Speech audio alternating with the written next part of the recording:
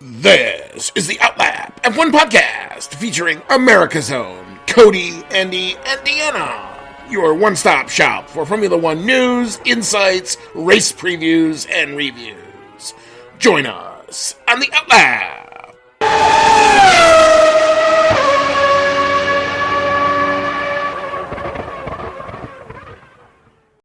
In a lot of ways, you could say that the Hungarian GP feels like that last week of school before your summer break.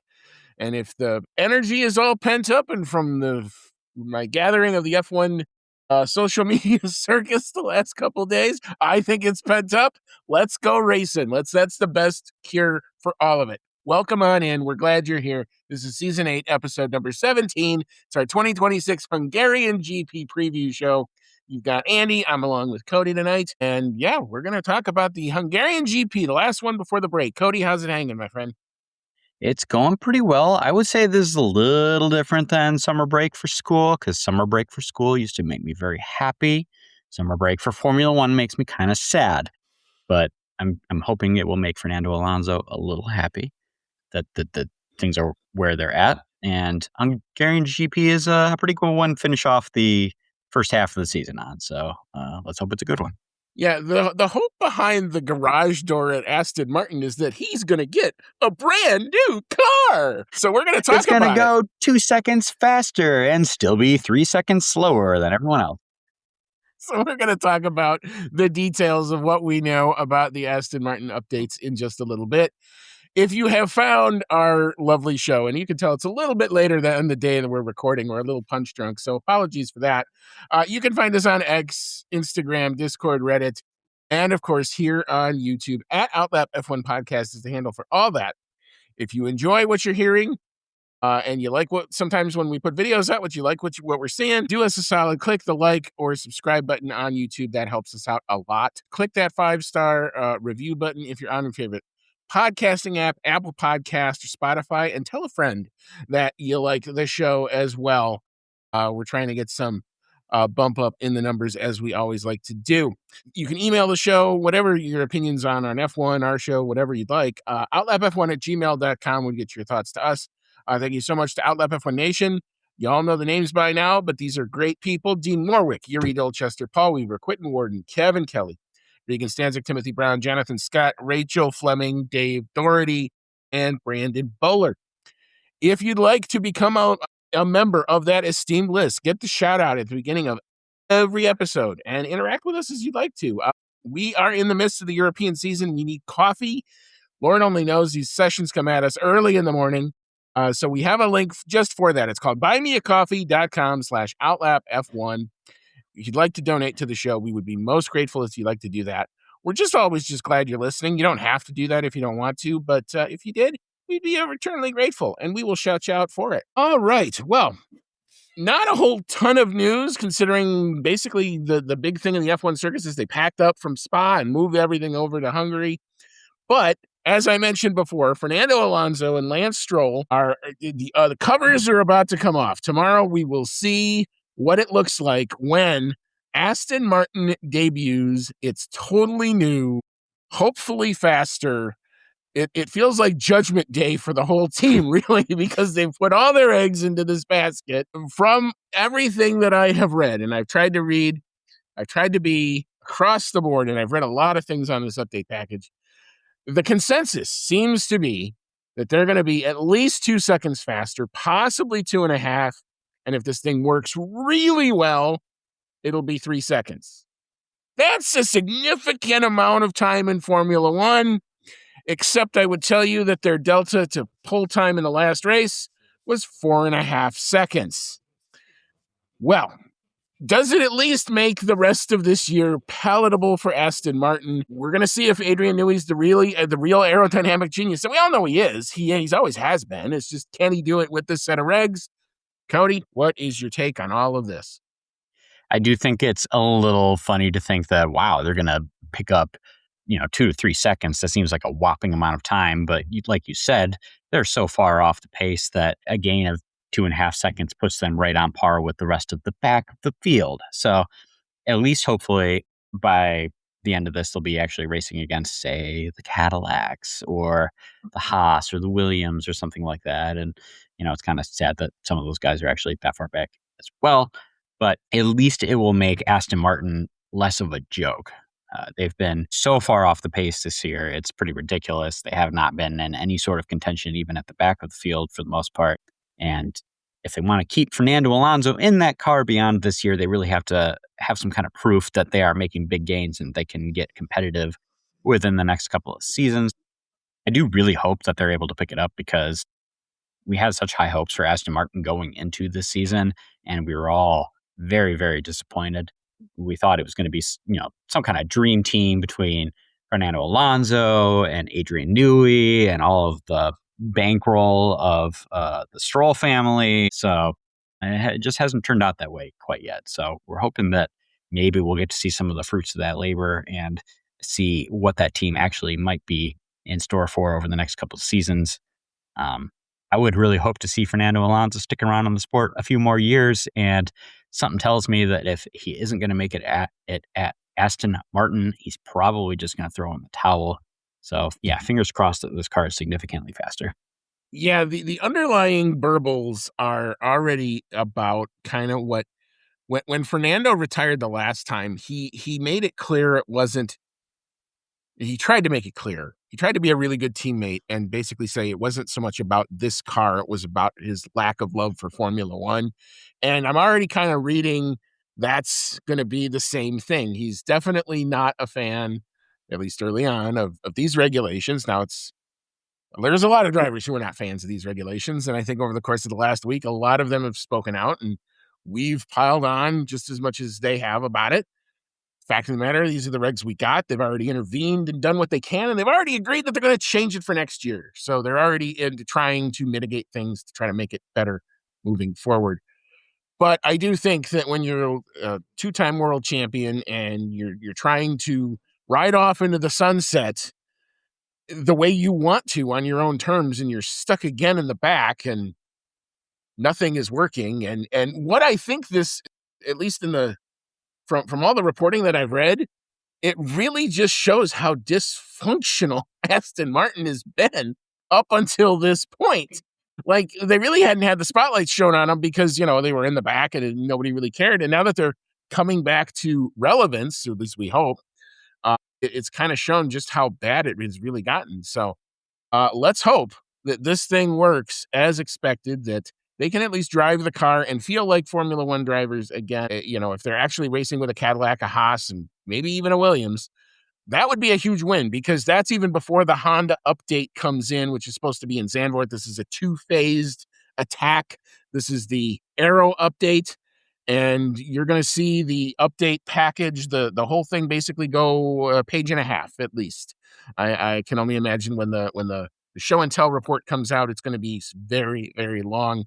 They have even gone so far as to redesign the chassis. They have crash tested the new chassis. So this is as close to a B-spec car as I think you're going to get. They're going to debut it, and it's going to be just like testing all over again. And at least they're coming to a track that it's not a sprint weekend. There is going to be chances to do some aero testing. So I would expect they're not going to come out in gangbusters in FP1, but if they're somewhere other than last in FP2, feel good if you're an Aston Martin supporter, because at least then you know that they're kind of on the right track. Speaking of another team that's coming out with not so far as a B-spec car, but it's pretty close to it as well, that would be my boys in McLaren. They are coming to this circuit with also a ton of updates, a new floor, which is supposedly in a new aerodynamic direction, which is supposed to make it better in the corners, that's where they're suffering. The Macarena wing, and we keep getting different reporting about the Macarena wing. So the Macarena wing was supposed to be in Austria. They introduced it. They put it in the document that said that they introduced it as an update, and then they said we're not going to run it at all. We're not going to tell you why because we don't think it's ready. So they put it back in the garage for a couple of weeks. They didn't do anything. We get to Spa, and they come out with a new rear wing, but it wasn't a Macarena wing because that was the first thing I noticed. I said, well, that's definitely a different design. And it opens better than the old one did, but it's not doing the flippy Macarena thing.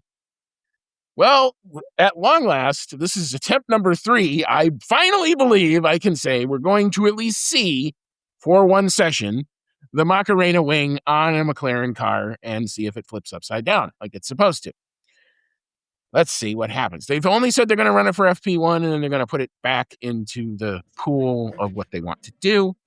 But the bigger update is the stuff to the floor, which is basically they're overhauling their aerodynamics. Looks like it's not quite as huge of a change as what Aston Martin is doing, but it's their best shot to try to get back into the race a little bit.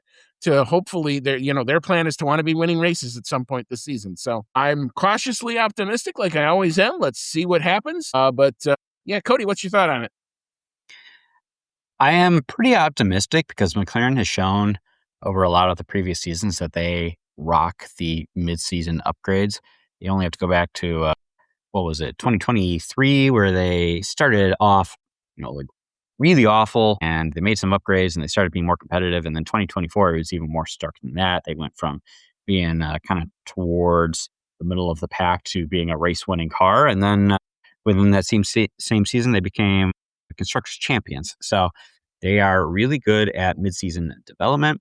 I also think it speaks a lot to the Macarena wing style of design that so many teams are now trying to do it, because obviously, Ferrari saw something in it. They were the first ones to do it, but now you've got so many other teams copying that design, Red Bull Racing and now McLaren, that there's obviously something there. They're seeing some kind of performance gain in that design over the classic drag reduction system type of design where you just open a flap in the wing.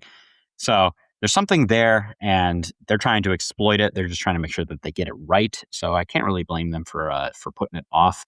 But I would say it's kind of funny race by race here, where it seems clear that Mercedes is still at the very front, but your second best car keeps switching on a week by week basis. Some weekends McLaren looks second best, some weekends it's Red Bulls, many weekends it's Ferrari.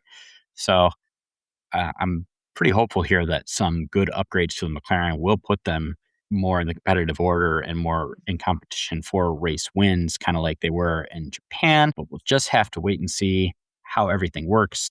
Just because they strap it on the car doesn't mean it's going to work right away. They got to figure it out how to set it up. I'm hoping that they get some pretty good grips on it this weekend so we can see the fruits of those labors before the summer break. So yeah, pretty hopeful. Yeah, I mean, I definitely share that. I am, like I said, cautious. I'm always cautiously optimistic. They're not screaming that this is going to be the end all fix all, but the fact that they've hopefully now done the homework that they needed to do, and they've hired all these smart engineers in the past few years. So let's see what happens. And we do know that I think it's Leonard Fornaroli, who is now their top development driver, currently competing in F2, will handle FP1 in Oscar Piastri's car. Don't read that as anything other than that was a planned thing from way long time ago. Like, wait, so Leo Fornaroli is their practice driver? Yes. All right, so I'm going to make a minor correction there. Leo Fornaroli is the defending F2 champion. That's right. Yes. And before that, defending F3 champion. So very skilled driver, not currently competing at F2, but he has definitely shown his stuff. So I'm pretty excited to actually see him out on the track. It does seem a little weird. I mean, I understand the whole, junior driver practice thing, or I guess not always even a junior driver, but prospective driver practice requirements during the Formula One season. It does seem a little weird when you see teams like McLaren doing this, because you think McLaren is probably pretty set for the future with Lando Norris and Oscar Piastri as their lineup, but everyone's got to do it. And yeah, Leo Fornaroli, I feel like, is a driver that hasn't had an appropriate shake at F1 just yet. He's kind of flown a little under the radar despite winning F3 and then winning F2, because his success has been more about consistency than outright pace and wins. But he seems pretty well put together, so I'm actually pretty excited to see what he can do in practice.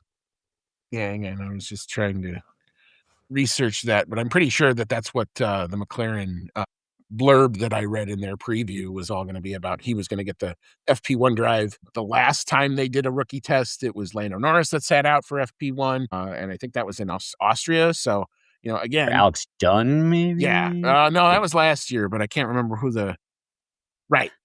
Red Bull poached him away from McLaren last year, which is why he's Ooh. not in their colors anymore. That was one of Helmut Marko's last official duties, was poaching Alex Dunn away. And It's then good poaching.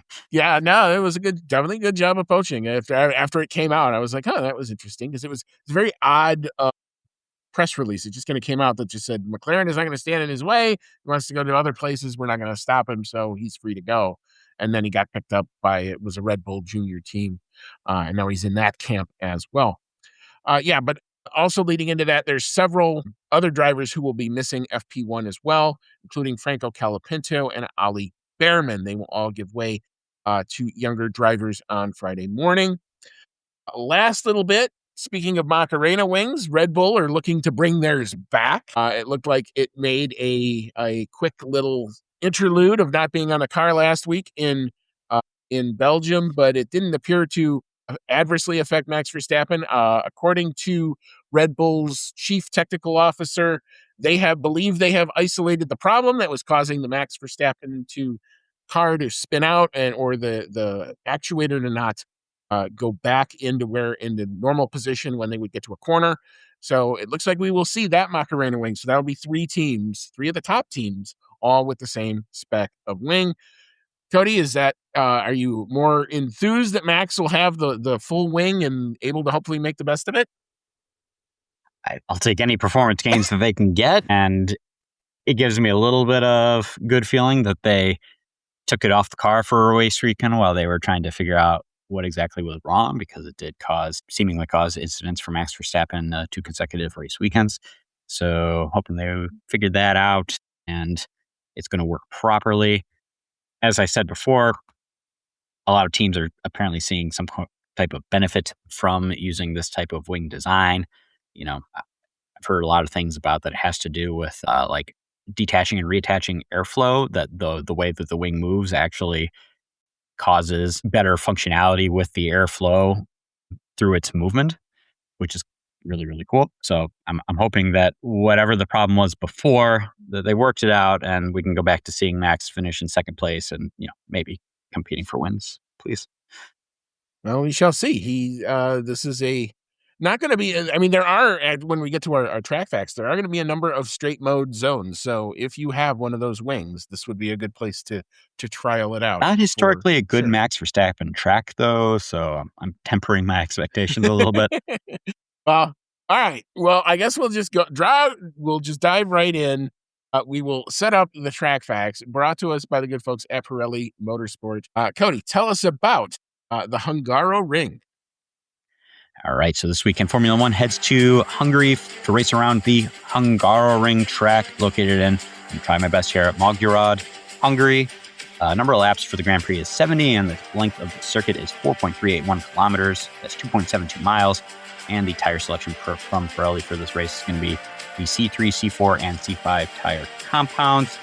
Track stats from Pirelli are going to be a 4 out of 5 for traction, 3 out of 5 for asphalt grip, 3 out of 5 for asphalt abrasion, 4 out of 5 for track evolution, 3 out of 5 for tire stress, 3 out of 5 for braking, and a 3 out of 5 for lateral load. The qualifying lap record here is set by Lewis Hamilton, who, as we're going to get to in a moment here, has had much, much success around Hungary. Lewis Hamilton set that qualifying lap record with a 1 minute 13.447 seconds, and he did that in 2020 with that awesome black Mercedes. And then the race lap record is also going to go to Lewis Hamilton, set in the same year with a 1 minute 16.627 seconds. And most wins of current drivers around Hungary is going to go to, you guessed it, Lewis Hamilton, and it's quite lopsided. Lewis Hamilton with 8 wins around Hungary, probably one of his best circuits other than Great Britain. And second place, just to show you how lopsided this is, second place is Max Verstappen. I said it's not great around here. He's got 2 wins here, and that puts him at second best of the current drivers. And then third best is a 4-way tie between Fernando Alonso, Esteban Ocon, Oscar Piastri, and Lando Norris with 1 win apiece. Most constructor wins here is actually going to go to McLaren with 13 wins, followed by a tie between Ferrari and Williams with 7 wins each, then Mercedes with 5, and Red Bull with 4. What's the circuit like, Andy? Yeah, the lack of straights at the Hungaroring often sees it compared to a karting circuit, and it's really true. The resemblance is a bit uncanny.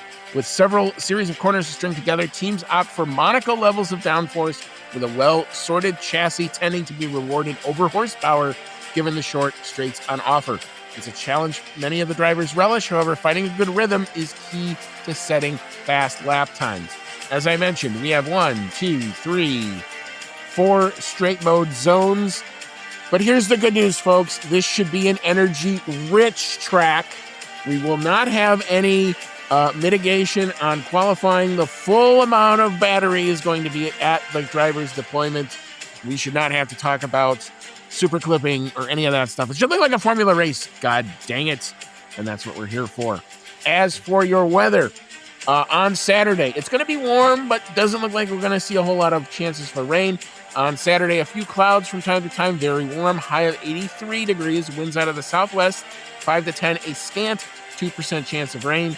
And for the race on Sunday, sunshine and clouds mixed, hot, warmer than Saturday, high of 87, so that's getting toasty.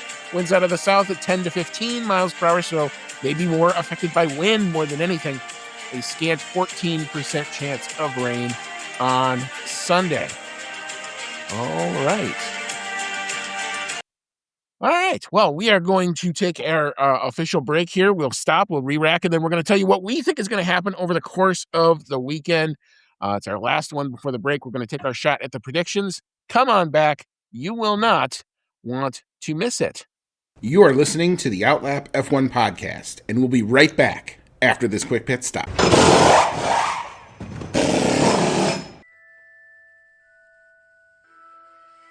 Grab your flu powder, broomstick, or apparate to your favorite audio streaming service to join the discussion on Hogwarts, a podcast, where Dan and his friends have in-depth chapter-by-chapter breakdowns of each Harry Potter novel. Join the group as they dive into the magical world and discuss plot points, analyze character development, and occasionally go off the rails. Whether you're a muggle who's new to the series or a pure-blood wizard who won't need a remember-all, Hogwarts, a podcast, brings everyone to the Great Hall for a magical discussion. Hogwarts, a podcast, available wherever you get your podcasts. All right, welcome back on in. This is Season 8, Episode number 17 of the Outlap F1 podcast. It's our 2026 Hungarian GP Preview show. You've got Andy on along with Cody tonight, and we just set up the Hungaroring weekend.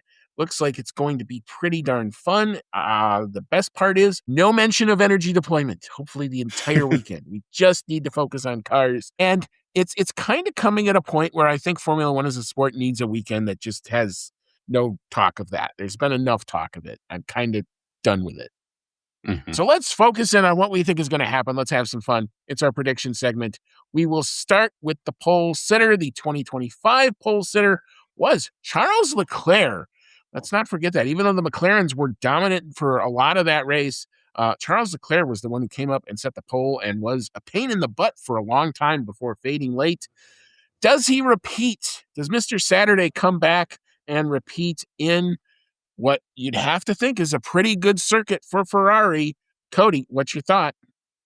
I actually think that he will repeat. I picked Charles Leclerc to get pole here because it's kind of a perfect storm of events. We've got some recent Ferrari upgrades that have shown that they're still competitive. They've been, the second best or on occasion the best car, throughout these weekends in these new regulations. And Leclerc is finally starting to get on top of these types of regulations. He had a race win. He finished second last time out, so he's obviously getting on top of things. And Leclerc has always been really, really good on Saturdays qualifying. So I think this is a really good time for him to show his stuff before the summer break. All right. I like the pick.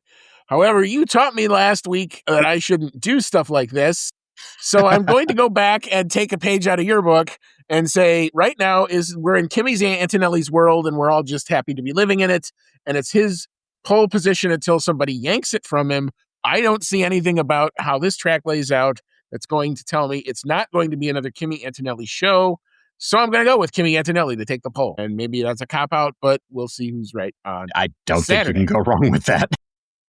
All right. So the qualifying lap time, this is actually going to be a little bit more interesting and spicy. The 2025 lap qualifying pole time was a 1:15.372 set by Charles Leclerc. What do we think is going to happen? I don't think this is going to be nearly as energy starved. We've got our 9 megajoules. Cody, what you think is going to happen for a lap time? Maybe not energy starved, but definitely still slower than last year at this point. I'm going with ballpark. It's about 1.5 seconds slower. I sort of decided to go just under 117 with a 1 minute 16.989 seconds. All right, very good. I'm right in your ballpark, man. I'm going to go slightly faster because I do think the circuit conditions will lend a little bit to it because it's not going to be as warm as Sunday. I go 116.724 for a lap time, so I'm pretty close to you there. All right, so our race podium last year was Lando Norris, P1, Oscar Piastri, P2, and George Russell, P3. Each of those guys would love to replicate this result. Do we think that there is any chance of that happening or not? Cody, what you got? Replicating last year?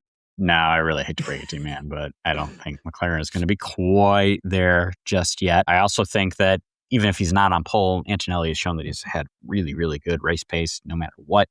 So I do think Kimi Antonelli is going to come away with a win, but I don't think Charles Leclerc is going to be too far out of the mix. I think he's going to finish second. And then, as I said, during the race statistics, Lewis Hamilton has had lots of success around Hungary. So I think he will continue that run of success this time out and finish up the podium in third.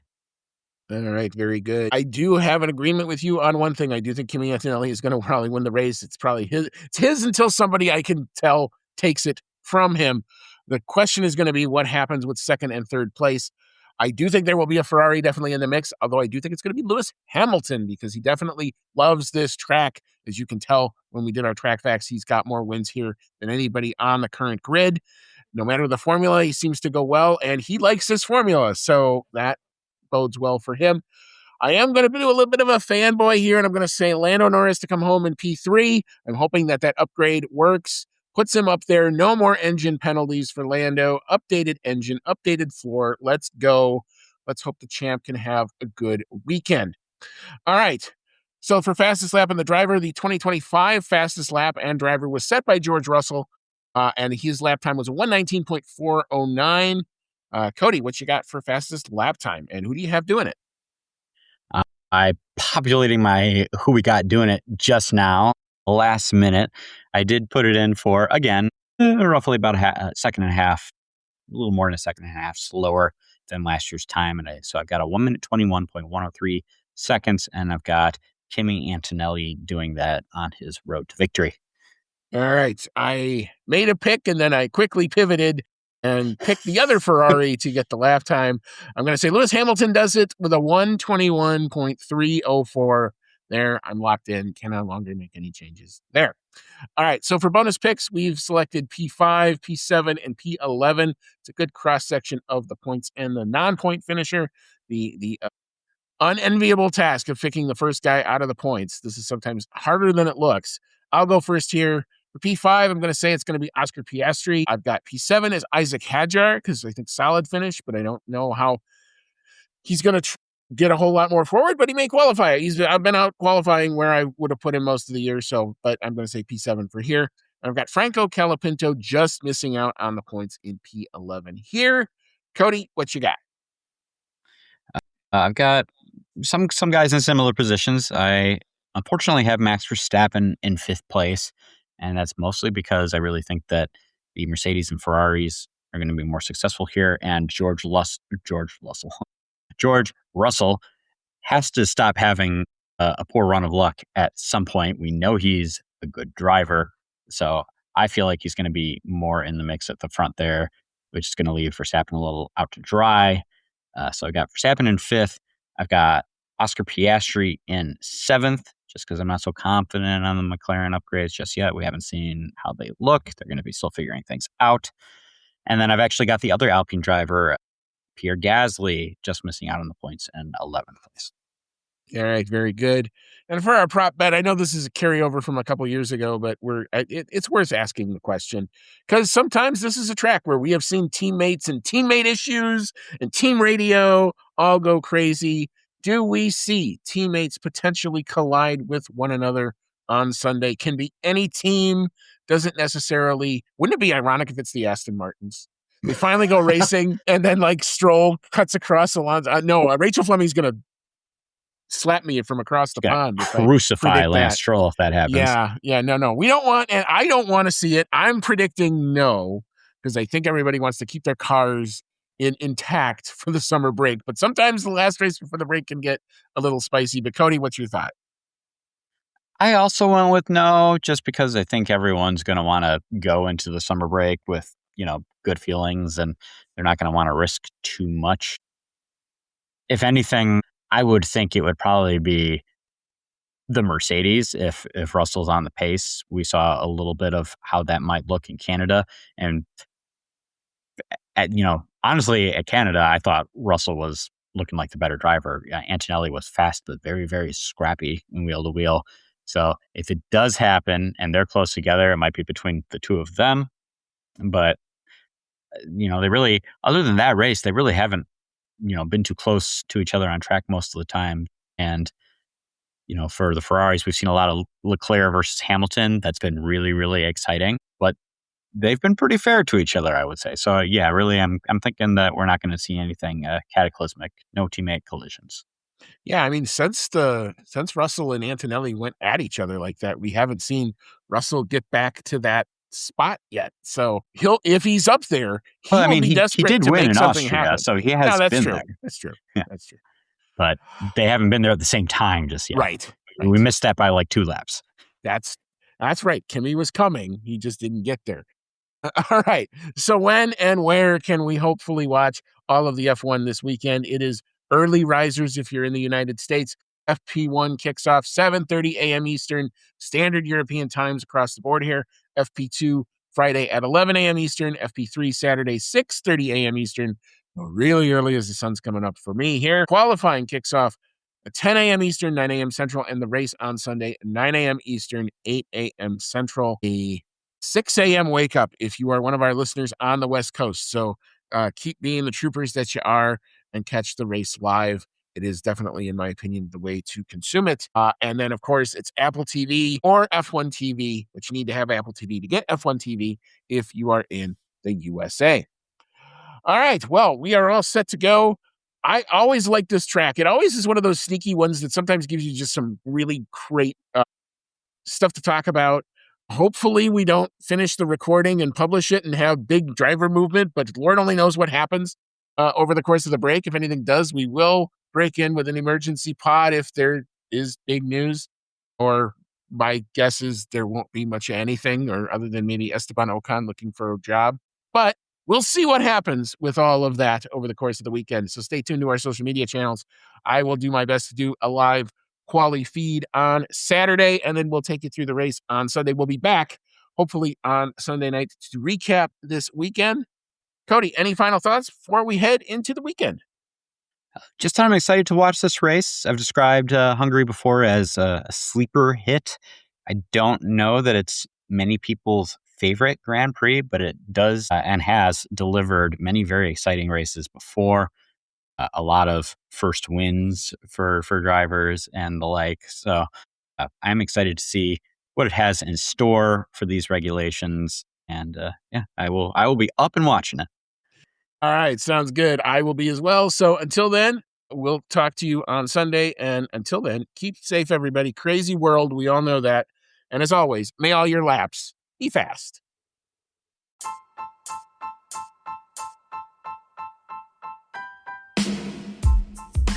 Thank you for listening to today's episode of the Outlap F1 podcast. If you like what you heard, click that subscribe button and be sure to leave us a 5-star review. If you want to connect with us outside of the show, check out our website at www.outlapf1.com.